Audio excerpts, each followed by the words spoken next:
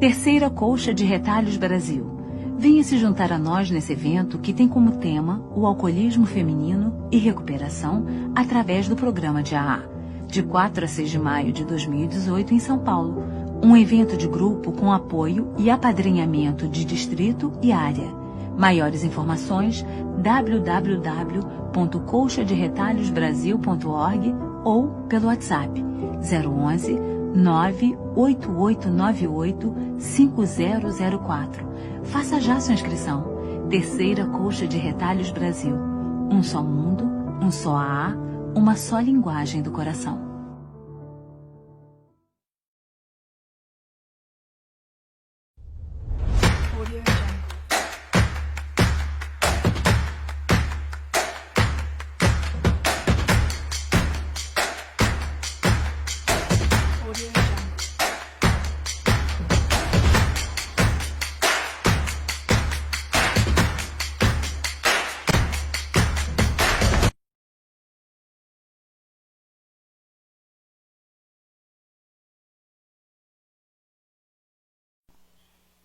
O alcoolismo feminino é alguma coisa de perverso.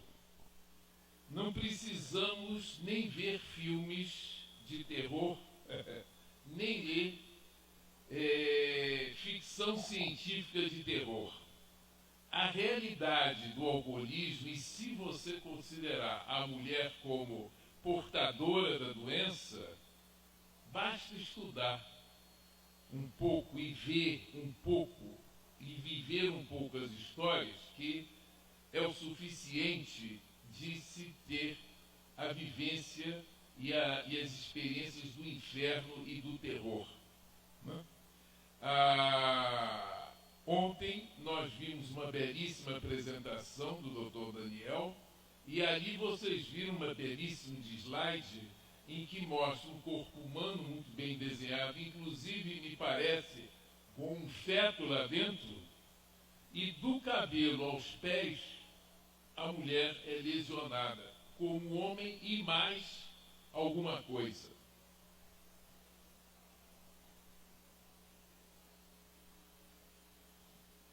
Por que eu estou com essa camisa aqui? Isso aqui não dá para ver, mas vocês vão me ver circulando aí, né? É a capa da Vivência 110, que inclusive está ali fora, que é um dos símbolos desse encontro da mulher.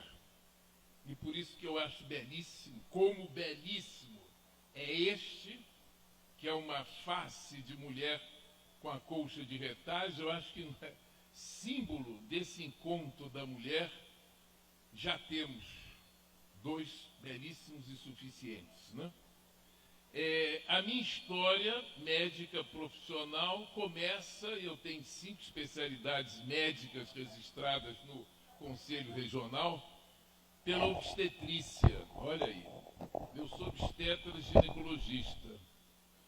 Soma-se, depois com a experiência da vida, né, vem a perícia médica, é uma especialidade hoje, né? Vem a medicina do trabalho, outra especialidade que eu fiz na PUC. A administração hospitalar, que eu fiz também na PUC. A homeopatia e a dependência química. Esse poder superior foi me montando, né? Foi me montando. A minha via de chegar aqui não é psiquiátrica, eu não sou psiquiatra. E dependência química, e inclui-se o alcoolismo como doença, não é de psiquiatria. É uma especialidade hoje médica separada, na qual é multidisciplinar ou transdisciplinar. Tá? Então, eu gosto muito desse meu caminho, dessa minha visão, certo? E eu agradeço a esse poder superior. Eu não posso deixar de citar isso quando eu vejo aqui no Brasil a citação da Dorothy N. Eu conheci a Dorothy N e eu tenho que acrescentar alguma coisa.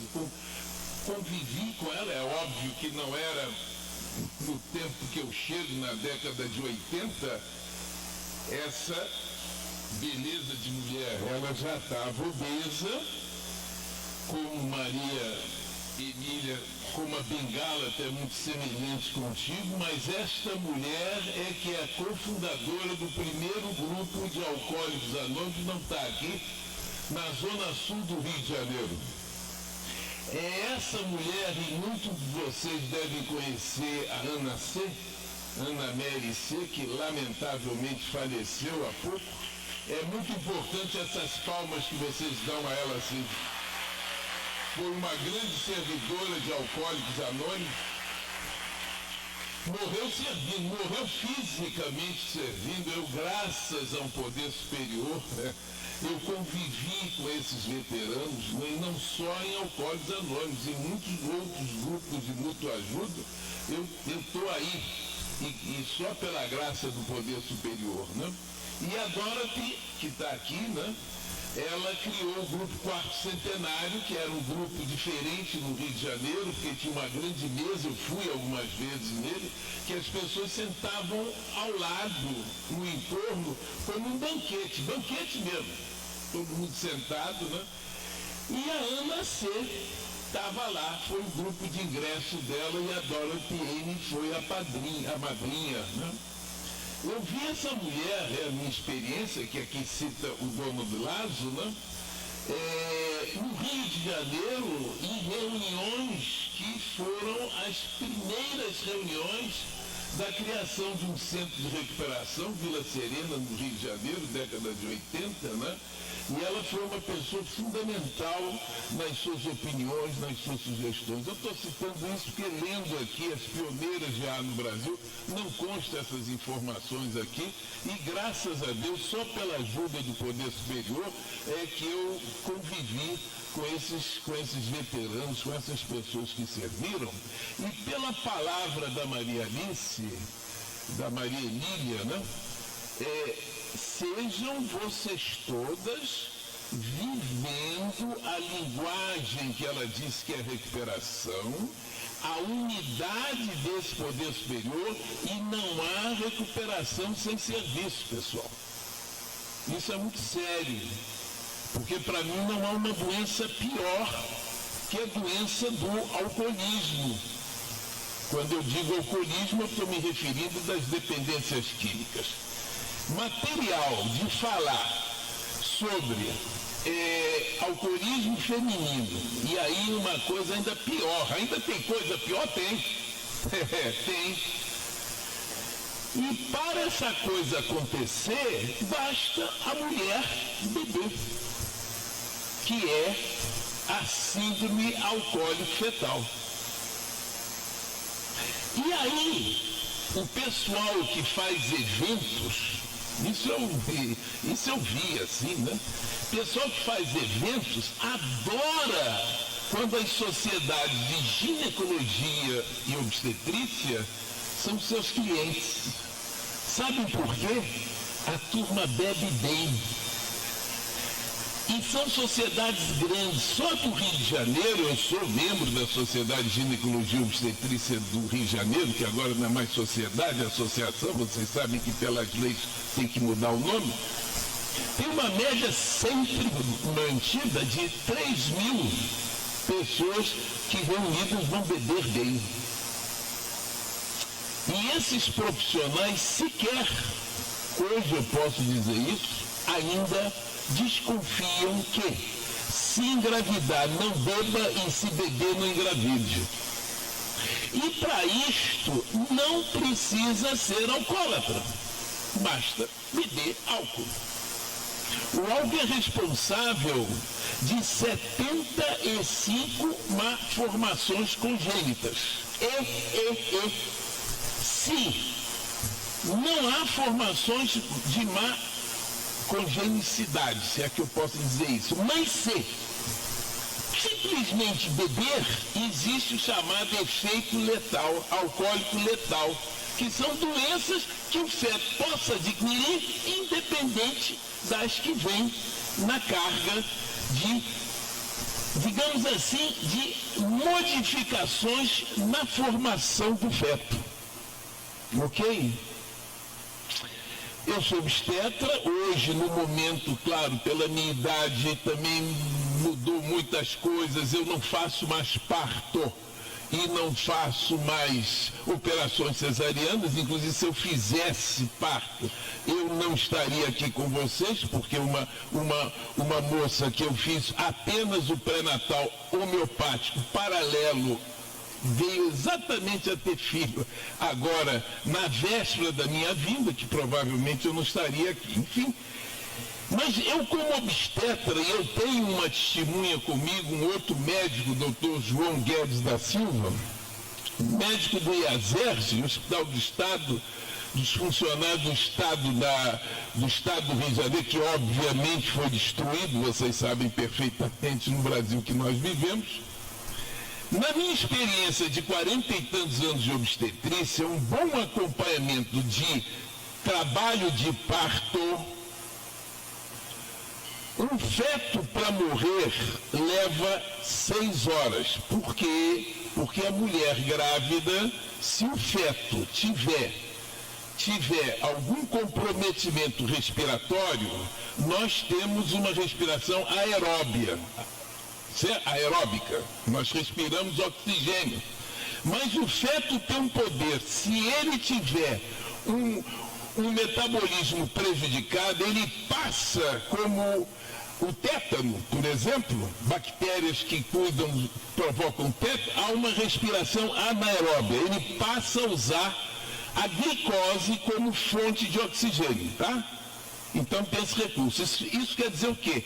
Quer dizer que num acompanhamento claro de pré-natal, eu tenho 6 horas para diagnosticar e interferir num sofrimento fetal, evitando a morte fetal. Ok? Pois muito bem. Na maternidade eu tive um caso muito interessante. Chegou uma mulher grávida em trabalho de parto, uma jovem, ofendendo o produtor, o feto, aos palavrões. Vocês imaginam uma cena da mulher em trabalho de parto ofendendo o seu concepto. E eu e esse doutor, que eu quis citar o nome, ouvimos o batimento cardiofetal desse feto, né? Muito bem, obrigado. 140 batimentos por minuto, perfeito, ritmado, etc. e tal. E a mulher aos palavrões de uma tal forma, e o IASERJ tinha uma estrutura hospitalar espetacular da maternidade, que a enfermagem estava se sentindo mal. E eu vi concretamente, em 15 minutos, o batimento cardiofetal parar. Impossível intervir. Em 15 minutos. Acompanhamos a anatomia patológica desse feto. É óbvio que estava lá constatado um fígado destruído. O fígado da criança estava destruído, é claro que era um usuário de álcool e drogas. Em 15 minutos, esse feto morreu, rejeitando a própria vida. Eu vi isso e eu tenho que trazer aqui essa minha vivência, certo? Então, a maternidade é uma coisa muito séria, já que o tema meu é maternidade. A partir do meu conhecimento da dependência química e do alcoolismo, eu vejo claramente que a gravidez de alto risco, né, ela está direta ou indiretamente ligada às compulsões. Isso é outra coisa muito interessante. Se você trabalha as compulsões, você vai ter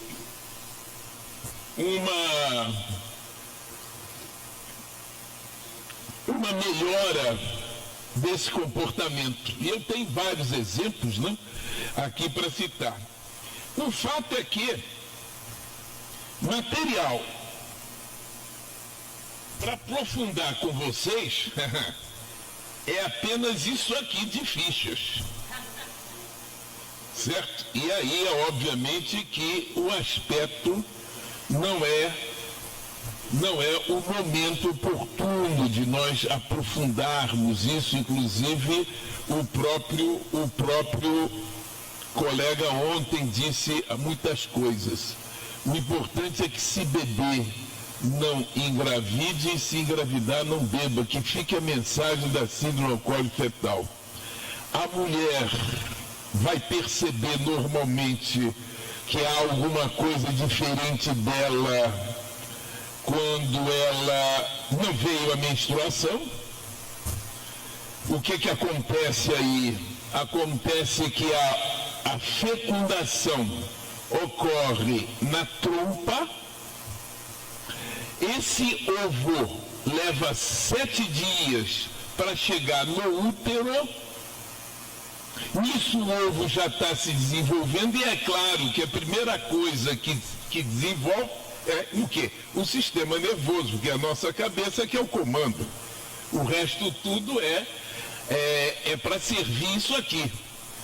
Com exceção do tato, o único sentido objetivo que está fora da cabeça e que está também na cabeça é o tato. O resto tudo está aqui. Está tudo ligado a esse sistema nervoso, que logo começa a se formar.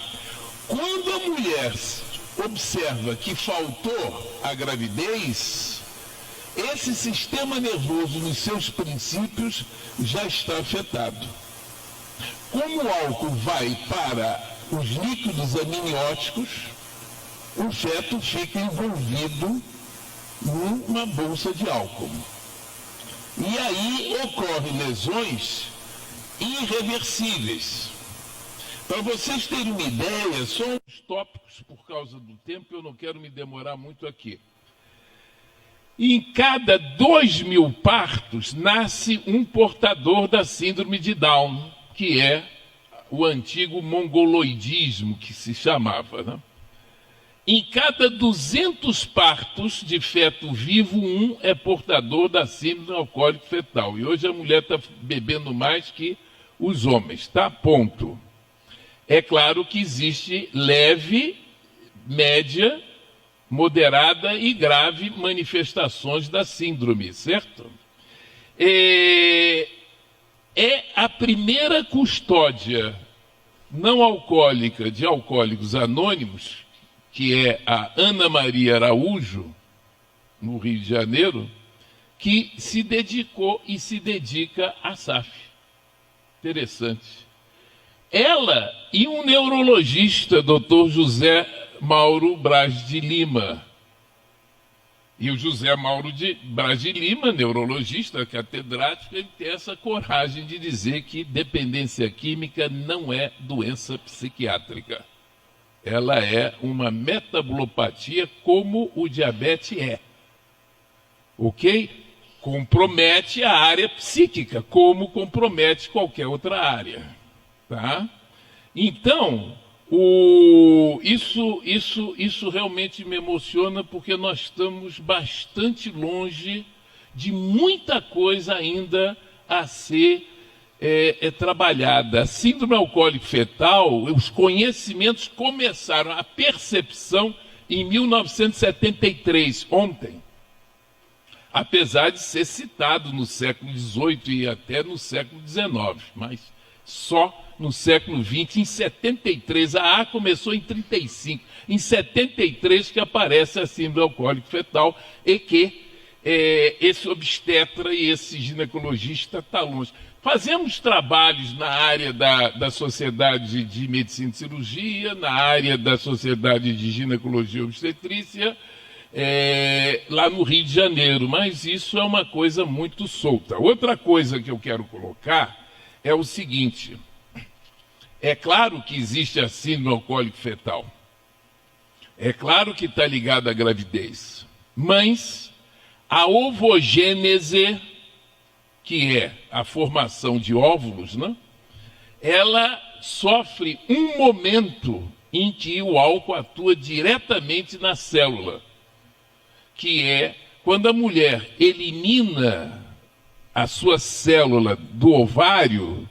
Não é óvulo que ela está eliminando, ela está eliminando a terceira fase do processo, certo? É um ótide, que é o nome científico que se dá. E ao ar livre, digamos assim, é que ele se transforma em óvulo, digamos assim, minutos antes da fecundação.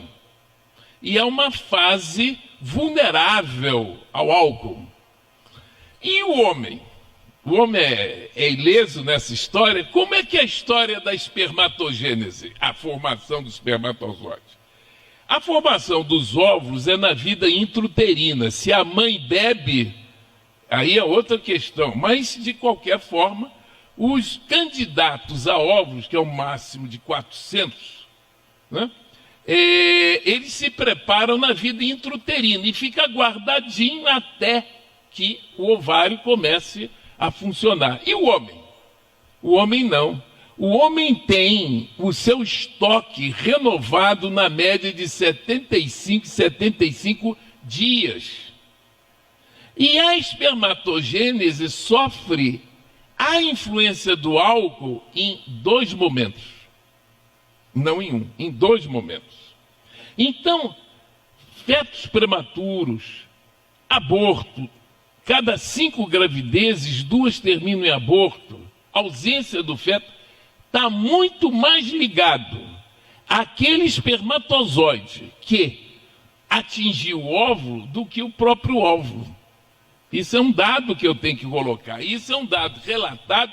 Naquela época, houve uma reunião lá no Rio de Janeiro, que o diretor da maternidade escola, né, da Universidade Federal do Rio de Janeiro, disse: não, o problema não é a síndrome alcoólica fetal, é a gravidez. Mas o problema não é só da mulher, porque a mulher veste a culpa com muita facilidade.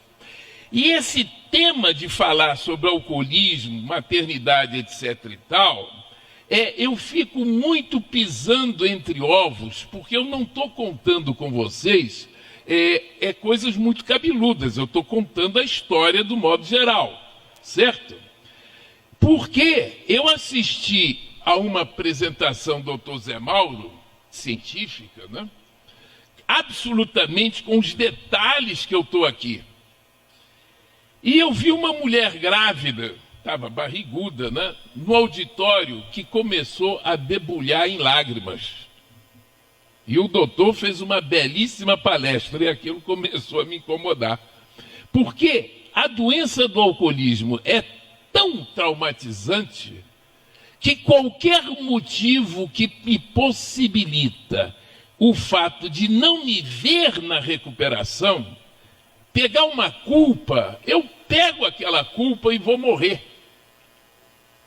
Quando aqui é uma reunião de botar para frente a recuperação, que foi a palestra ali da Maria Emília. Se eu colocar tudo aqui, muitas pessoas podem sair com um sentimento de culpa. E aí, quando eu peguei a palavra, eu tive que amenizar, exatamente no Só por Hoje, no programa, aquelas lágrimas.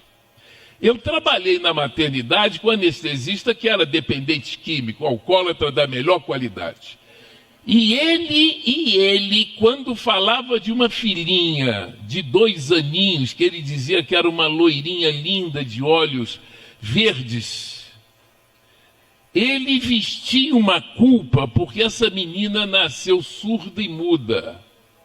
Pode nem ter sido causado pelo álcool deles, vocês estão me entendendo? Mas eu visto a culpa. Quando eu me formei, só havia pediatras. Depois começou a especialidade de pediatria neonatal. Hoje existe pediatras neonatologistas, cardiologistas. Por que isso? Por que que esses corações cada vez mais nascem com problemas? A sociedade está bebendo e se drogando mais. Então hoje já tem especialização. Por que será que nas escolas, em determinado momento, aquele aluno não vai para frente? E como o político precisa de votos, isso aconteceu no Rio de Janeiro. Um prefeito determinou em determinado momento, graças a Deus eu acho que isso foi para cá, que agora passa todo mundo. Por quê? Porque a síndrome alcoólica fetal, que está ligada a 200 a um parto a cada 200, 200 partos, faz com que o cara vai bonitinho, bonitinho, bonitinho, bonitinho. Em determinado momento, o cérebro estacionou. Ele não vai mais para frente. Então fica aquela turma de gente que não pode caminhar. Eu me lembro que eu fiz um pré-natal a uma jovem, né, classe média, com seu marido, tudo bonitinho. Ela não bebia. Pré-natal bom, parto bom, etc. Tudo correu bem. Nasceu uma criança perfeita, etc. 2 anos depois, essa moça me aparece no consultório dizendo o seguinte: doutor, isso já faz tempo. Eu vou a médicos, psicólogos, etc. Tudo com meu filho acontece num tempo mais retardado. Ele vai falar, mas fala com 2 anos. Ele vai escrever, mas com 3 anos. Ele vai ter todo um retardamento psicomotor. Isso é muito causado, sabe por quê? Qual é o grande companheiro do álcool, que aqui não é o fórum para falar disso, é a tão amada liberação que querem fazer da maconha. Maconha é uma mistura de 68 álcools sólidos. Então, e são exemplos que eu estou citando em termos da síndrome alcoólica fetal. O único jeito que nós temos é de prevenção. Então, o que eu costumo dizer à plateia? E aí eu vou me encerrar, porque é questão de tempo também. Nós temos jovens, filhas, primas, sobrinhas. E a lei brasileira diz o seguinte: é proibido beber a menor de 18 anos. Qual é o exercício que eu sugiro, que é difícil? É dizerem, na minha frente, não bebam, na minha frente. Vejam, um programa de honestidade é comigo. Se está bebendo na cozinha, não é meu problema. Vai criar um problema danado na casa de vocês. Por quê? Porque vocês acham que tudo vai acontecer na casa dos outros, mas não na minha. Mas é a única forma que nós temos de prevenção. Se beber, não engravida, e se engravidar, não beba. É óbvio que vocês sabem que o alcoolismo feminino, como eu já disse, associa muito mais coisas, muito mais problemas, mais aqueles que naturalmente o alcoolismo traz, certo? Eu ontem falei da sexualidade, que é um ponto basal. Eu acho que você vai aprofundar isso aí. O álcool tira para escanteio a mulher. É aquele negócio, parece piada, mas de mulher não tem dono, infelizmente essa piada faz. E hoje o que a sociedade faz? Já que o doutor ontem falou, aquela juventude que sai para ficar logo chapado. Eles não são alcoólicos, mas vai beber todas para ficar chapado. Porque o nosso macho já descobriu o macete. O macete é o seguinte: eu levo primeiro para um bar, algumas cervejas depois, o caminho está aberto. Dizia Humphrey Bogart, um grande ator, o problema humano é que o nosso fígado foi feito 2 doses abaixo. É isso aí. Agradeço a atenção dos senhores e muito obrigado.